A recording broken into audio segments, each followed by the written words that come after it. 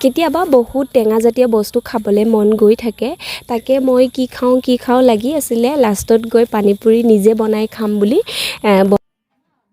নমস্কাৰ মই ৰুঞ্জু মোৰ আন্টি মিনি ব্লগলৈ আপোনালোকক সকলোকে স্বাগতম জনাইছোঁ আৰু মোৰ ওচৰত নাছিলে তেতেলী টেঙা কিন্তু বস্তুবোৰ কেনেবাকৈ যোগাৰ কৰি লৈছোঁ আৰু ইয়াতে দিছোঁ নেমু টেঙা আৰু গ্ৰীণ দেখা পোৱাটো হৈছে মান ধনিয়া আৰু নৰসিংহ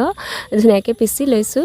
আৰু আলু পিটিকাত দিছোঁ মই আলু বইল কৰা চানা বাদাম তাৰপিছত দিছোঁ ভুজিয়া আৰু পিঁয়াজ বেছি একো বস্তু নাই দিয়া মছলা দিছোঁ অকল